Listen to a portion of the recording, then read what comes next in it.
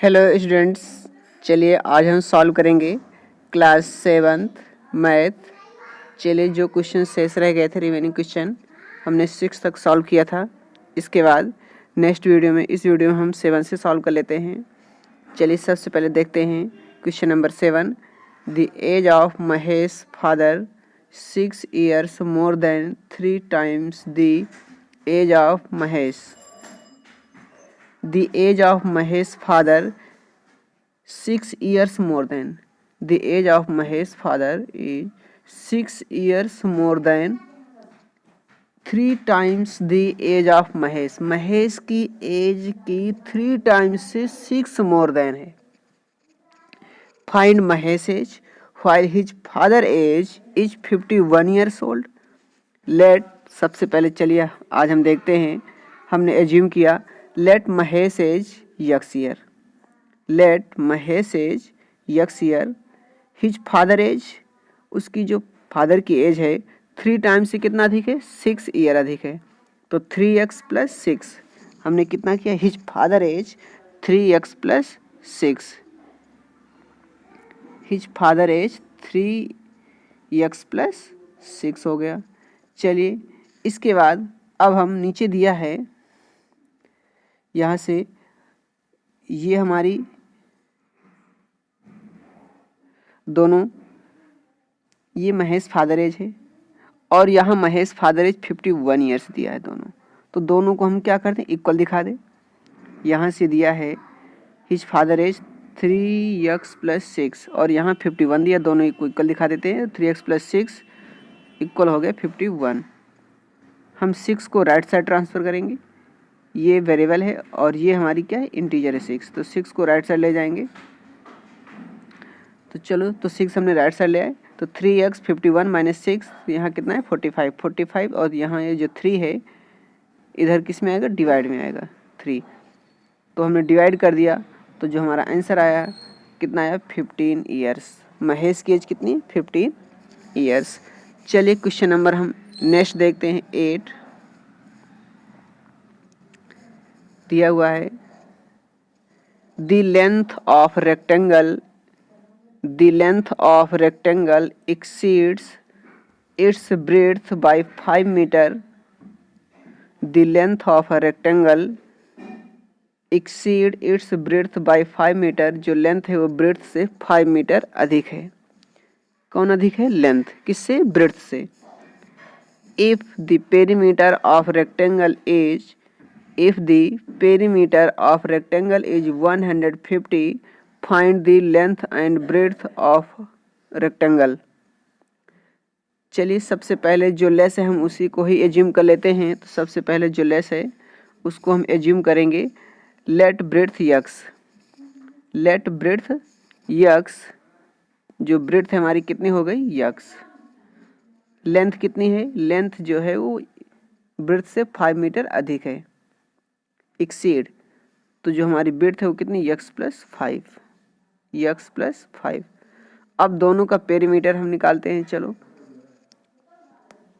लिखा हुआ है पेरीमीटर ऑफ रेक्टेंगल इज 150, कितना है 150। तो हमने यहाँ लिखा पेरीमीटर ऑफ रेक्टेंगल इक्वल 150। इसके बाद इसका फार्मूला होता है पेरीमीटर का, हमने यहाँ नीचे लिख दिया 2 × L + B इक्वल 150।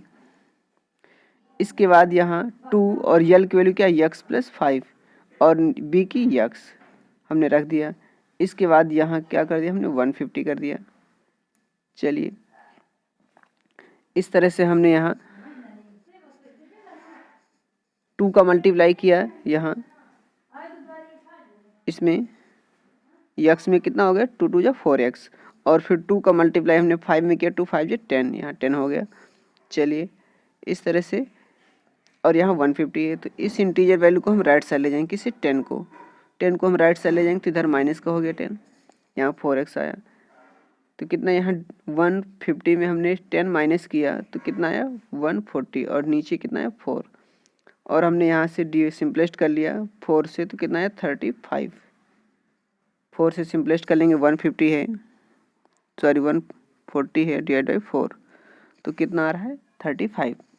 तो जो हमारी x थी वो क्या थी, ब्रेड्थ। जो हमारी यक्स थी वो क्या थी यहाँ ब्रेड्थ, और जो लेंथ है वो यक्स प्लस 5। तो हमने जो लेंथ है वो इसमें से 35 में क्या हमने 5 ऐड करी, यक्स प्लस 5, यक्स प्लस 5 में कितना है 40 आया। इस तरह से आंसर आ गया। चलिए नेक्स्ट क्वेश्चन देखते हैं, क्वेश्चन नंबर 9।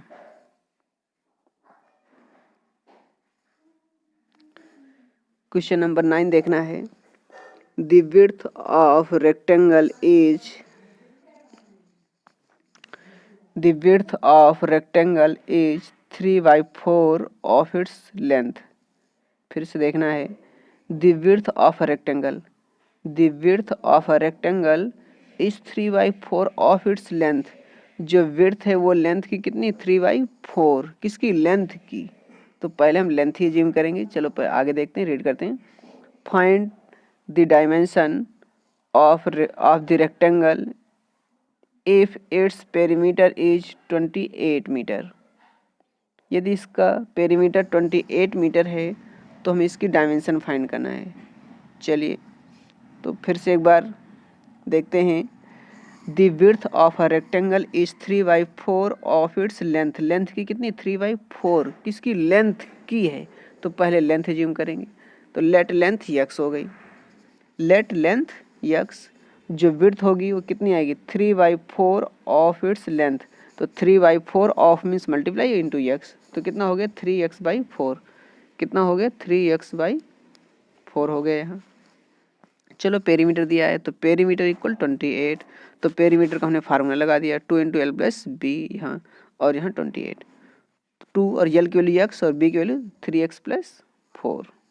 चलिए इसके बाद हमने यहाँ,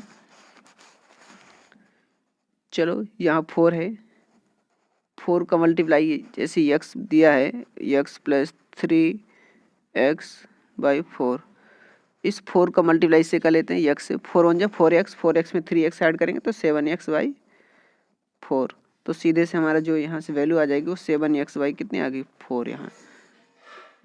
चलो और यहाँ 2 था, यहाँ 2 हो गया तो 2 से दोनों सिंपलेस्ट हो जाएंगे। यहाँ 2 1 जा 2 और 2 2 जा 4। तो 7x/ कितना आ गया 2 और यहाँ 28 है।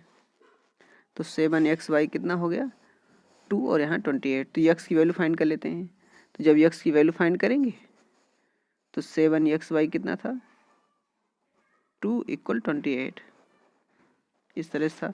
तो यक्स इक्वल यहाँ से 28 और ये जो 2 नीचे है ये, तो ये ऊपर आ जाएगा यहाँ 2, और ये जो 7 नीचे है तो 7 ऊपर है तो यहाँ नीचे आ जाएगा।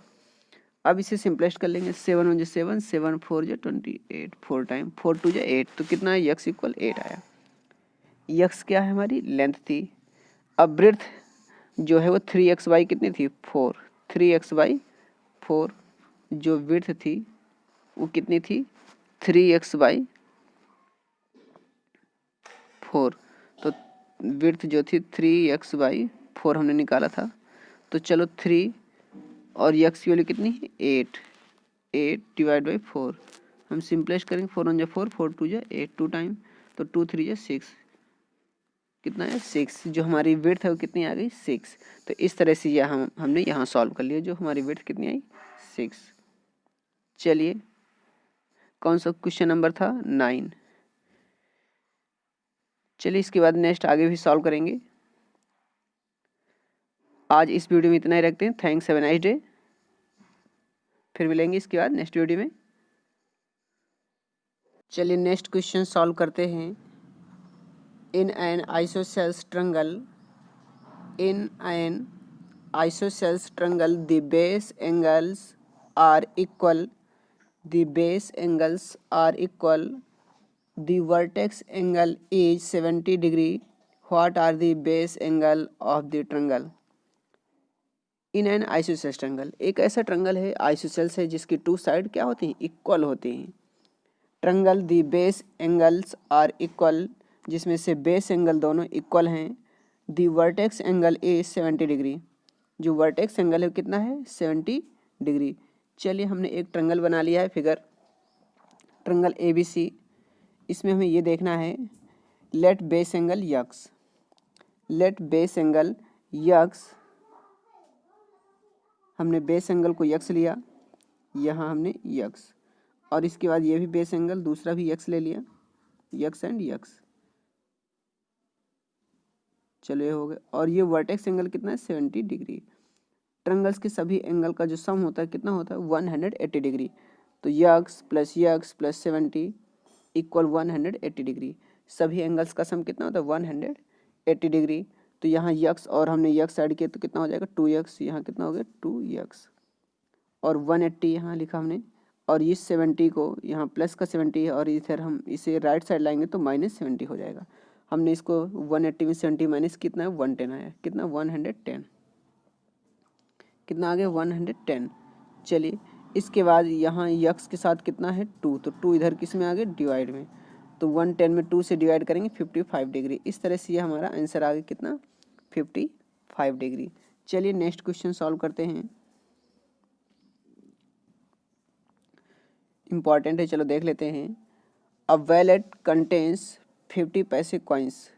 कोई वैलेट है, अ वैलेट कंटेन्स 50 पैसे कॉइन्स, 50 पैसे के सिक्के, एंड 1 रुपी कॉइन्स, 1 रुपये के सिक्के।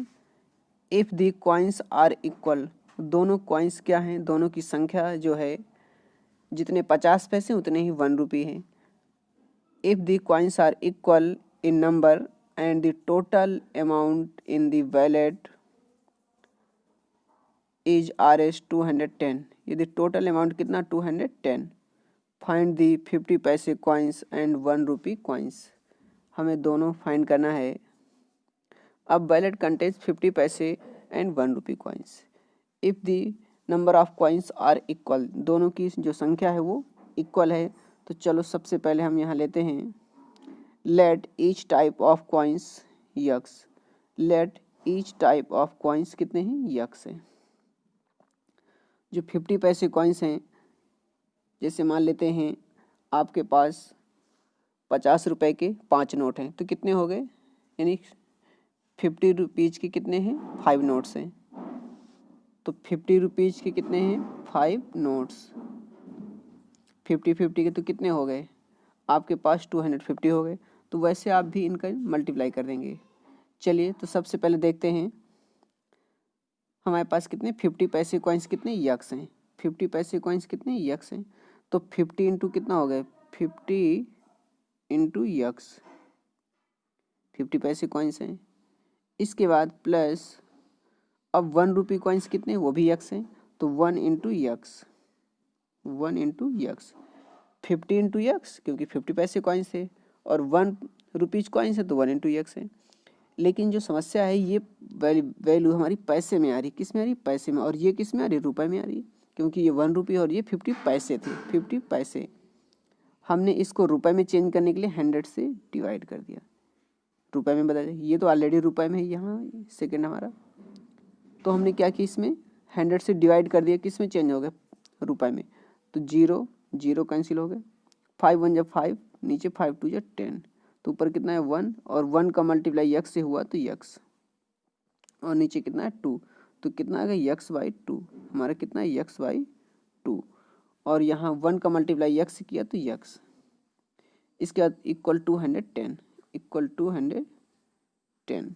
चलिए इसके बाद इन दोनों का हम एलसीएम ले लेते हैं, तो यक्स बाई 2 और यहाँ यक्स के नीचे हम 1 लिख सकते हैं, और यहाँ हमने दोनों का एलसीएम ले लिया 2 आया, तो 2 का डिवाइड करेंगे 2 में 1 टाइम आया, यहाँ डिवाइड करेंगे कितना है 1 टाइम, तो 1 का मल्टीप्लाई यक्स से करेंगे तो यहाँ यक्स ही आएगा। इसके बाद प्लस 1 का डिवाइड करेंगे 2 में तो 2 आएगा, और 2 का मल्टीप्लाई एक्स से 2x, तो ये दोनों को ऐड करेंगे कितना 3x, तो 3x बाई 2 और यहाँ 210। चलिए अब हम आगे देखते हैं, यहाँ यक्स इक्वल ये 2 इसके साथ नीचे है तो इधर आएगा तो मल्टीप्लाई में आएगा, 210 इंटू 2, और 3x के साथ है तो नीचे आएगा। चलिए 3 1 जा 3, 3 7 जा 21, 7 2 जा 14, तो कितना 140 आया। जो हमारे 50 पैसे कॉइन्स हैं वो कितने 140 हैं, और जो 1 रुपी कॉइन्स है वो भी कितने होंगे 140। इस तरह से ये हमारा आंसर आ गया। चलिए क्वेश्चन नंबर 11 तक सॉल्व हो गए, आपको 12 नेक्स्ट आ जाएगा इजी सेम ऐसे ही। चलिए thanks, have a nice day.